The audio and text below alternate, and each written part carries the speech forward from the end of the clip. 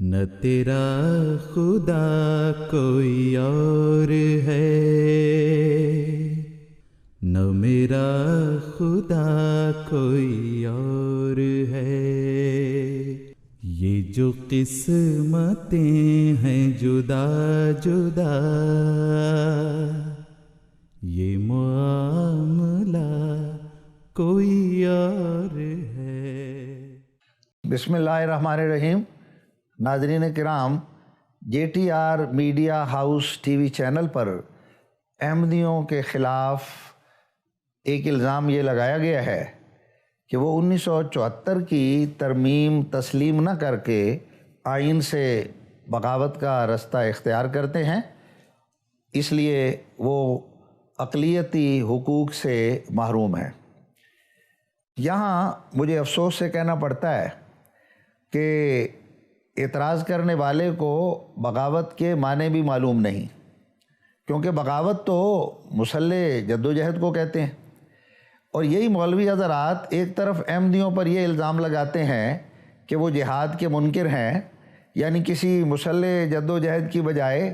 دلائل اور اخلاقی ہتھیار کے قائل ہیں، اور دوسری طرف اس کے متضاد اب یہ الزام لگا رہے ہیں کہ یہ تو آئین کو نہ مان کر بغاوت کرتے ہیں۔ حالانکہ امر واقعہ یہ ہے کہ جماعت احمدیہ کی 100 سالہ تاریخ ہی اس الزام کو رد کرنے کے لیے کافی ہے، کیونکہ احمدیوں نے جب امام زمانہ کو مان لیا تو اس کے بعد پھر کوئی حکم عدولی ان کے مزاج کا حصہ ہی نہیں ہے، اور حکومت وقت کی جو اطاعت ہے وہ ہمارے ایمانوں میں شامل ہے، جیسا کہ سورہ نساء میں آیت 60 میں اللہ تعالیٰ فرماتا ہے کہ اولی الامر کی اطاعت کرو، تو ہمارے نزدیک اولی الامر کی جو اطاعت ہے اس میں حکام وقت بھی شامل ہیں۔ یہی وجہ ہے کہ جماعت احمدیہ نے نہ کبھی کسی سٹرائک میں حصہ لیا، نہ کبھی سول نافرمانی کی کسی تاریخ میں، اور نہ ہی کبھی کوئی دھرنا دیا۔ 1974 میں جب یہ ترمیم پاس ہوئی اور احمدیوں کو ناٹ مسلم کہا گیا تو اس وقت بھی احمدیوں نے اپنے مولا کے حضور آہوزاری اور مناجات کے سوا اور کوئی احتجاج نہیں کیا، اور پھر ان دعاؤں کا اثر بھی دنیا نے دیکھا کہ اس ترمیم کرنے والی اسمبلی کا کیا انجام ہوا، اور اس کے بارے میں جو جنرل ضیاء نے ایک وائٹ پیپر شائع کیا تھا اس میں کیا کچھ ان کو نہیں کہا گیا، اور اس سارے مسئلے کے جو بانی مبانی تھے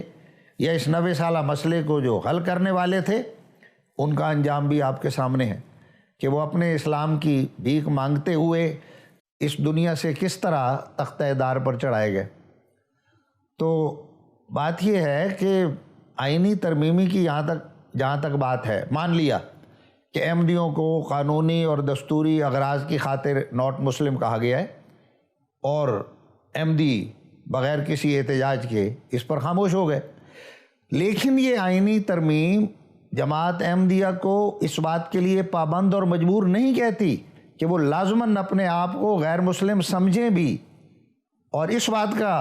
اظہار کرتے پھریں اللہ رسول کے حکموں پر عمل چھوڑ کر کہ جی ہم تو اپنے آپ کو غیر مسلم کہتے اور غیر مسلم سمجھتے ہیں، یا غیر مسلموں والی حرکتیں کرنے لگ جائیں۔ اس بات کے لیے تو یہ ترمیم ان کو مجبور نہیں کرتی۔ تو اس پہلو سے جو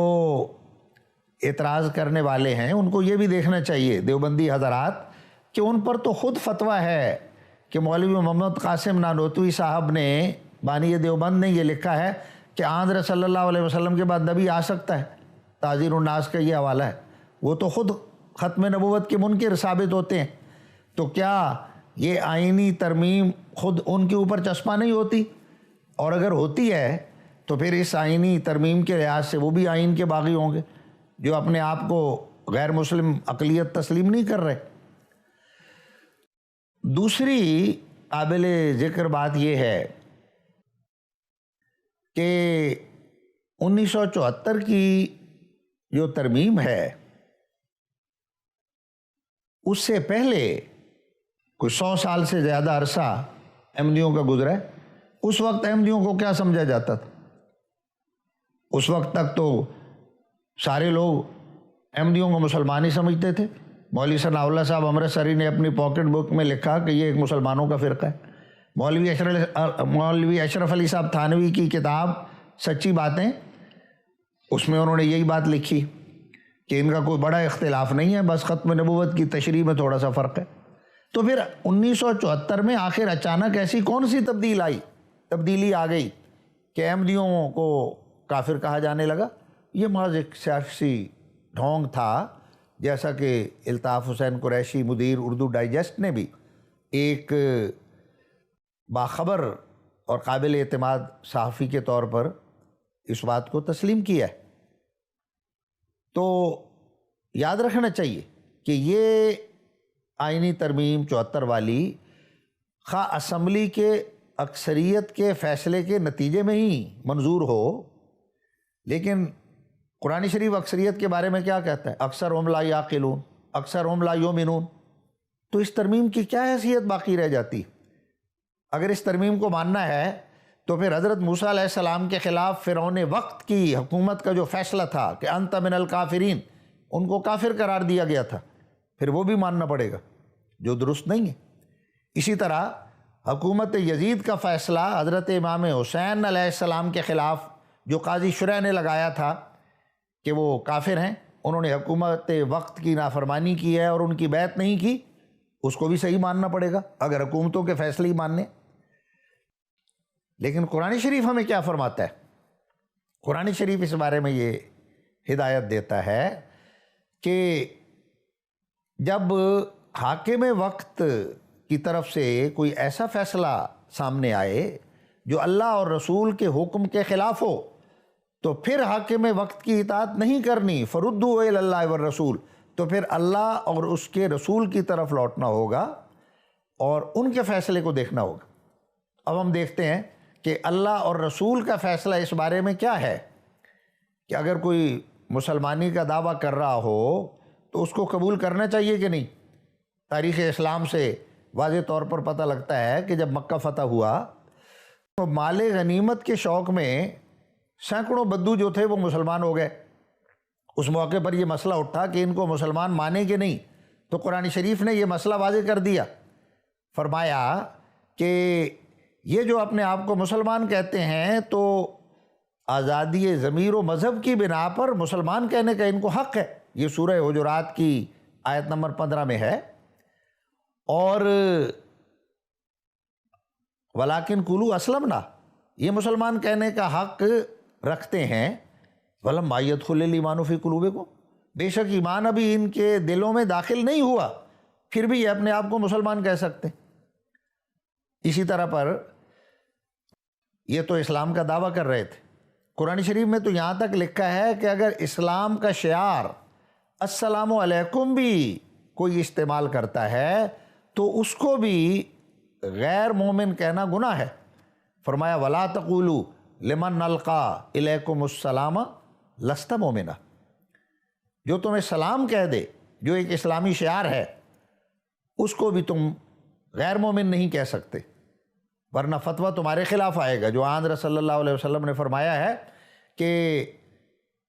جو کلمہ گو ہوتا ہے، مسلمان ہونے کا دعویٰ کرتا ہے، جو اس کو کافر کہتا ہے وہ خود کافر ہو جاتا ہے، وہ کفر خود اس پر لوٹ آتا ہے۔ پھر دیکھیں حضور صلی اللہ علیہ وسلم نے جب مدینہ ہجرت فرمائی اور ریاست مدینہ کی آپ نے بنیاد رکھی تو مدینہ کی مردم شماری کی ضرورت پیش آئی کہ مسلمان کتنے ہیں، اس میں غیر مسلم، یہودی، عیسائی، مشرک کتنے ہیں۔ تو حضور صلی اللہ علیہ وسلم نے مردم شماری کرواتے وقت یہ دیکھنے کے لیے اصول کیا رکھا مسلمان ہونے کا کہ کس شخص کو مسلمان شمار کیا جائے گا۔ آپ نے فرمایا اکتبوا لی من یلفظ بالاسلام من الناس، کہ جو بھی مدینے کی آبادی میں سے اپنے آپ کو مسلمان کہے گا اس کو مسلمان شمار کر کے لکھ لو۔ اب اکبر الہ آبادی جو مشہور شاعر ہے، اس کے مطابق تو دعویٰ کرنے والے مردم شماری کے لحاظ سے تو ہزاروں مسلمان ہو سکتے، جیسے وہ کہتے ہیں مسلمان وہ ہے جو ہے مسلمہ علم باری میں، ہزاروں یوں تو ہیں لکھے ہوئے مردم شماری میں، لیکن اصلی مسلمان کون ہے؟ ہمارے آقا و مولا حضرت محمد مصطفیٰ صلی اللہ علیہ وسلم نے واضح فرما دیا، فرمایا من صلی صلاتنا، جو ہماری نماز کی طرح نماز پڑھے، واستقبل قبلتنا، ہمارے قبلے کی طرف منہ کرے، واکل ذبیحتنا، اور ہمارا ذبح شدہ جانور کھا لے، فذالک المسلم، یہ وہ مسلمان ہے، لہو ذمۃ اللہ و ذمۃ رسولہ، وہ اللہ اور اس کے رسول کی امان میں آ جاتا ہے، اللہ اور اس کے رسول میں ذمے میں آ جاتا ہے۔ لیکن مولوی کہتے ہیں وہ ہمارے ذمے میں نہیں آتا، تو کسی غیرت مند مسلمان کو پھر مولویوں کے ذمے کی تو کوئی پرواہ نہیں ہو سکتی۔ اللہ اور رسول کی تعریف کے مطابق ہمیں مسلمان ہونا چاہیے، اور وہ بات سامنے آ گئی کہ اس کی کیا شرطیں ہیں، نماز ہے، اسلام کے ارکان ہیں، ایمان کے ارکان ہیں، یہ ایک مسلمان ہونے کے لیے کافی ہے۔ تو اصل مسئلہ یہ ہے کہ احمدی جب حضرت صلی اللہ علیہ وسلم کے ارشاد کے مطابق کلمہ توحید اور محمد مصطفیٰ صلی اللہ علیہ وسلم کی رسالت پر ایمان لاتے ہیں اور ارکان اسلام و ایمان کو تسلیم کرتے ہیں، تو پھر کوئی بھی آئینی ترمیم جو قرآن و سنت کے خلاف ہو، وہ کس طرح واقعی طور پر ان کو غیر مسلم قرار دے سکتی ہے؟ ہاں، آئینی طور پر قرار دیتی ہے تو احمدی اس کو مانتے ہیں، مگر وہ یہ مجبور نہیں کرتی کہ لازماً تم اپنے غیر مسلم ہونے کے اعلان بھی کرو۔ اور یہ بھی یاد رکھیں کہ علماء اسلام کا متفقہ فیصلہ ہے، یہ جو کہتے ہیں نا کہ جی یہ ختم نبوت کو نہیں مانتے اس لیے کافر ہے، ختم نبوت تو آیت خاتم النبیین کی تفسیر سے متعلق ہے، اور کسی بھی آیت اور حدیث کی تفسیر یا تعویل یا تشریح کرنے والا جو ہے وہ کافر نہیں ہو سکتا۔ یہ تمام علماء کا متفقہ مسئلہ ہے کہ تشریح کی وجہ سے کسی کو کافر نہیں کہا جا سکتا۔ یہی حال آئین کی تشریح کا ہے۔ جو تمام مسلمان ہیں فرقے، وہ ایک دوسرے پر کفر کے فتوے لگاتے ہیں، اور اس لحاظ سے پاکستان کی آبادی میں جتنے مسلمان موجود ہیں وہ سارے ایک دوسرے پر کفر کے فتوے لگانے کی وجہ سے کوئی بھی ان میں مسلمان نہیں بچتا۔ یہی سوال انکوائری 1953 میں جسٹس منیر کی عدالت میں پیش ہوا تھا، تو اس موقع پر جسٹس منیر نے کہا مسلمان علماء سے کہ آپ مسلمان کی صحیح تعریف کر دیں، تو وہ کوئی تعریف متفقہ کر نہیں سکے، کیونکہ جو تعریف کرتے تھے احمدی اس کے مطابق مسلمان ثابت ہوتے تھے۔ تو مولویوں نے ایکا کیا اور کہنے لگے کہ جسٹس صاحب آپ ہمیں کچھ مہلت دے دیں، اور جسٹس صاحب بڑے مزاحیہ طبیعت کے تھے، کہنے لگے 1400 سال تمہیں مہلت مل چکی ہے، اس سے زیادہ تمہیں مہلت نہیں دی جا سکتی۔ تو حقیقت یہ ہے کہ احمدیوں نے اس وقت جو تعریف کی تھی آج بھی وہ اس تعریف پر قائم ہے، اور اسی پر میں بات کو ختم کرتا ہوں۔ آج بھی احمدیوں کے نزدیک مسلمان کی تعریف یہ ہے کہ ہر کلمہ گو جو لا الہ الا اللہ محمد الرسول اللہ پڑھتا اور حضرت محمد مصطفیٰ صلی اللہ علیہ وسلم کی پیروی کرتا ہے وہ سچا مسلمان ہے۔ اس کے خلاف کوئی بھی آئینی ترمیم اگر کی جاتی ہے تو وہ اللہ اور رسول کے فیصلے کے خلاف ہے، اور وہ خدا خود اس سے نبٹے گا اور نبٹ رہا ہے۔